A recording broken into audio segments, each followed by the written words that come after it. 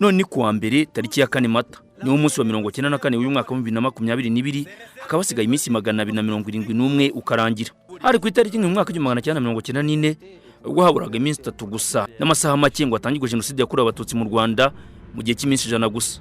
Kuri itariki hizizwa umunsi mpuzamahanga hari ubukangurambaga bwo kurwanya ibisasu bya mine n'ibibazo bitera, hanashyigikirwa abagira uruhare mu kubitegura. Journée internationale pour la sensibilisation aux problèmes des mines et l'assistance à la lutte anti-mine washyizweho n'umuryango w'abibumbye mu mwaka wa 2005.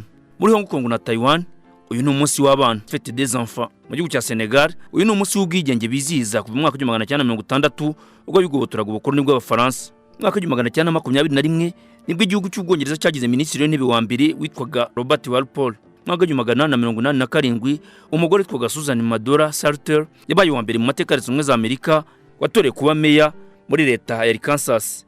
Mu mwaka wa 1939 mu bwami bwa Iraq witwaga Faisal wa kabiri yimye ingoma. Mu mwaka wa 1946 nibwo hashyizwe umukono ku masezerano yashyizeho umuryango wa OTAN.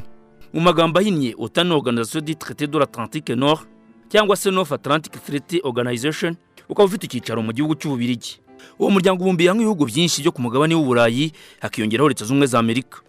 Ku itariki nk'iyi mu mwaka wa 1968 nibwo humvikanye inkuru y'incamugongo yishwa ry'umunyamerika wari umwirabura witwaga Martin Luther King. Uwo mugabo wari umupasiteri akaba n'impirimbanyi mu guharanira uburenganzira bw'ikiremwa muntu, yari yarahawe igihembo cy'amahoro cyitiriwe Nobel. Yari yarahawe igihembo cyitiriwe Nobel mu mwaka wa 1964 kubera kurwanya ivangura ry'amoko aho ryumvikanaga hirya no hino ku isi, kurwanya intambara yaberaga mu gihugu cya Vietnam ndetse no kurwanya ubukene n'ubusumbane bwari bwugarije isi muri icyo gihe. Mu mwaka wa 1979 wayoboraga igihugu cya Pakistan witwaga Zulfikar Ali Bhutto yishwe arashwe.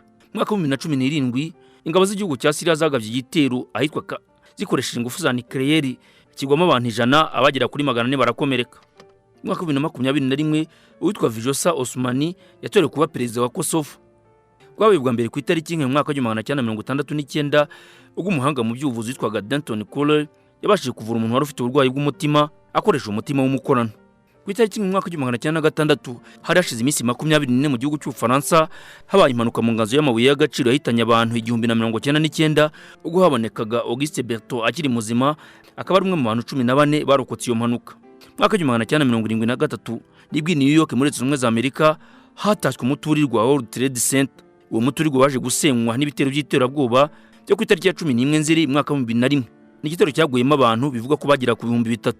Mu mwaka wa 1974 Amerika ya ruguru yibasiwe n'inkubi y'umuyaga yiswe Super Outbreak yahitanye abantu 330 abagira ku 584 barakomereka. Iyo nkubi yageze muri leta 13 muri 50 zigira Leta Zunze Ubumwe za Amerika ndetse no muri leta ya Ontario muri Canada. Ku itariki ya 4 Mata mu mwaka wa 1992 nibwo hatanzwe wabaye umushumba wa Kiliziya Gatolika wa 191 witwaga Girolamo Maschi wari warahawe izina rya Papa Nikola wa kane. Mwaka wa 1588 hatanze Frederick wa kabiri wari umwami wa Denmark. Mwaka wa 1841 hatabarutse William Henry Harrison umusirikare wabaye perezida wa 9 wa Leta Zunze Ubumwe za Amerika.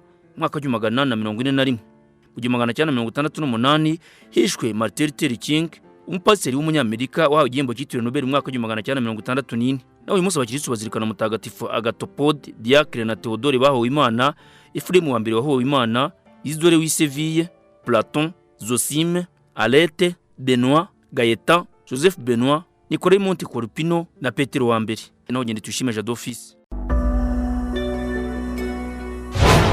Hambere hisi politiki n'imiyoborere. J'aime souvent dire les vérités et pour moi toute vérité est bonne à dire. Intambara z'urudaca. Le feu nucléaire est déchaîné contre les hommes. Une boule de feu de plusieurs. Amanyanga mu butegetsi. Ubwamamare no kurindimuka kw'ingoma. Impinduka zagiturumbuka uko ibihe byagiye bigimbuka kujya imbere. Niyo makuru musangizwa ku rubuga Hambere hisi. Yes we can. Yes we can. Yes we can. Ni ibiganiro mutegurirwa na Tuyishimeje d'office.